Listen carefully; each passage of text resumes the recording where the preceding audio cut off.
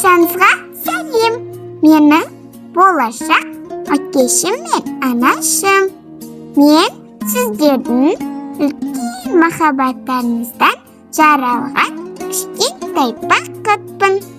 Бірақ кішкентай болсам да, үлкен қуаныш сыйлайтыныма сенімдімін. Қазір анамның құршағында жатып, әр дауысты көңіл күйді сие аламын. Осы уақыт ішінде мен анашымның өте мейірімді және жүрегі нәзік екенін білдім. Ал әкешімнің біздің бақытымыз үшін бәрін істейтініне көзім жетті. Айтпақшы, менің ұл немесе қыз екенімді білгіңіз келе ме? Онда қазір құпияны ашамын.